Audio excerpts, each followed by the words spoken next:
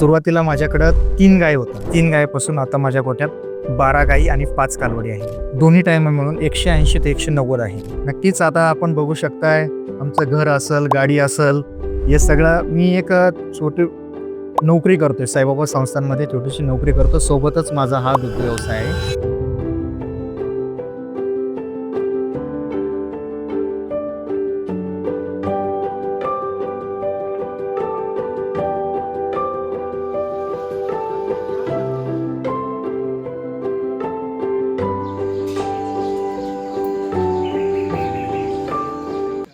नमस्कार. आता आलो आहोत आपण अहिल्यानगर जिल्ह्यातील कोपरगाव तालुक्यामधील अंजनापूर या छोट्याशा गावामध्ये. या ठिकाणी प्रगतिशील युवा पशुपालक आहेत विक्रम गव्हाणे. त्यांच्या गोठ्यातील जनावरांविषयी, गायींविषयी आपण जाणून घेणार आहोत. त्यांनी पशुपालनाच्या माध्यमातून जी यशोगाथा निर्माण केलेली आहे त्याची माहिती आज घेणार आहोत. विक्रम भाऊ नमस्कार. मला सांगा की तुम्ही या पशुपालन व्यवसायामध्ये केव्हापासून कार्यरत आहात? दुग्ध व्यवसाय हा आमचा सुरुवातीपासून पारंपरिक व्यवसाय आहे. पिढीजात व्यवसाय पिढीजात व्यवसाय आहे. त्यामध्ये सुरुवातीला म्हणजे आजोबांच्या काळापासून चालत आलेले व्यवसाय, पारंपरिक आपण त्याला म्हणू शकतो. सुरुवातीला आमच्याकडे देशी गाय होतात. देशी गाय थोडासा बदल होत चालला आहे, त्यानुसार आमच्या जर्सी गाय आल्या. आता गेली 4-5 वर्षापासून मी पूर्ण वेळ या व्यवसायात पूर्णपणे उतरलेलो आहे.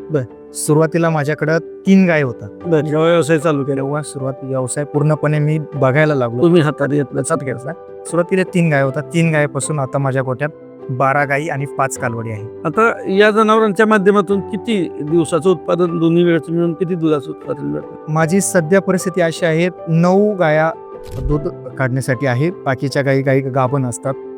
9 गायांचं दूध माझं आता दोन्ही टाइम मिळून 180 ते 190 आहे.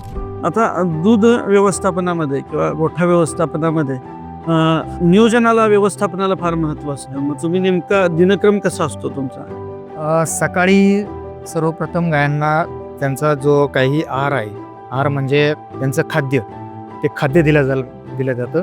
खाद्य दिल्यानंतर आम्ही दूध काढतो. दूध काढल्यानंतर साधारण 8 वाजेच्या दरम्यान त्यांना जो चारा आहे तो चारा दिला जातो. 1 ते 2 तासामध्ये तो चारा संपून गायांना पाणी त्यांच्यासाठी 24 तास उपलब्ध आहेच. ते दिल्यानंतर त्यांना डायरेक्ट 4 वाजता दुसऱ्या टायमाचा चारा दिला जातो. त्यानंतर परत खाद्य, संध्याकाळी परत दूध काढणे होती. त्याच्यानंतर असं आमचं दिवसभराचं दिनक्रम आहे. आता तुम्ही गोठ्यामध्ये पूर्वी वाडवडिलांपासून गोठा आहे तुमच्याकडे, पण तुम्ही जेव्हा सूत्र हातात घेतली त्यावेळी तुम्ही आधुनिकीकरण काय केलं? म्हणजे पूर्वी बंदिस्त गोठा होता. पूर्व बंदिस्त होता. सुरुवातीच्या काळात माझ्याकडे देशी गाय होती. देशी गायनुसार मी जर्सी गायांमध्ये आलो. जर्सी गायांमध्ये मग पहिलं कसं बंदिस्त गोठ्यामध्ये गायांना व्हेंटिलेशनचा प्रॉब्लेम येत होता. मग आम्ही ते व्हेंटिलेशनसाठी आमचं जे शेड आहे ते शेडची हाईट वाढवली.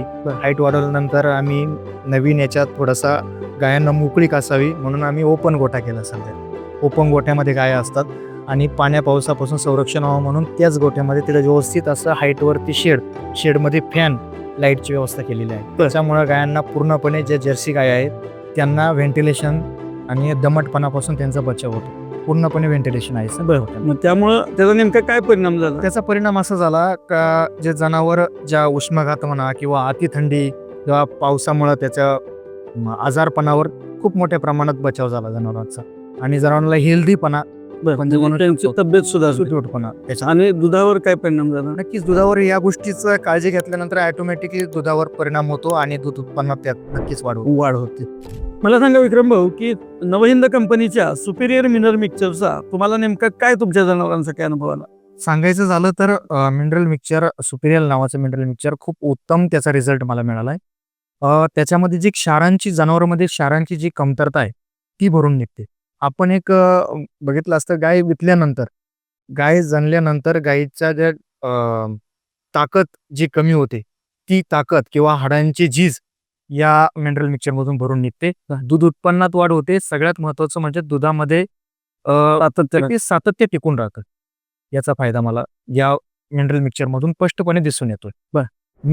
त्याशिवायच आम्ही अन्य शेतकऱ्यांना पण सांगू इच्छितो का जास्तीत जास्त शेतकऱ्यांनी सुपिरियर नावाचं मिनरल मिक्सचरचा वापर करावा. त्याचा रिझल्ट मी अनुभवलेला आहे म्हणून सांगतोय.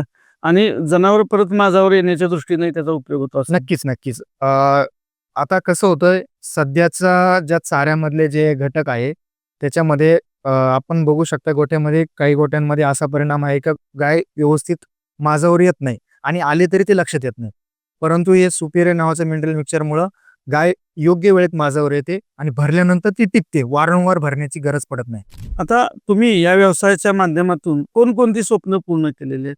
नक्कीच आता आपण बघू शकताय आमचं घर असेल, गाडी असेल, हे सगळं मी एक छोटी नोकरी करतोय. साईबाबा संस्थांमध्ये छोटीशी नोकरी करतो. सोबतच माझा हा दुग्ध व्यवसाय आहे.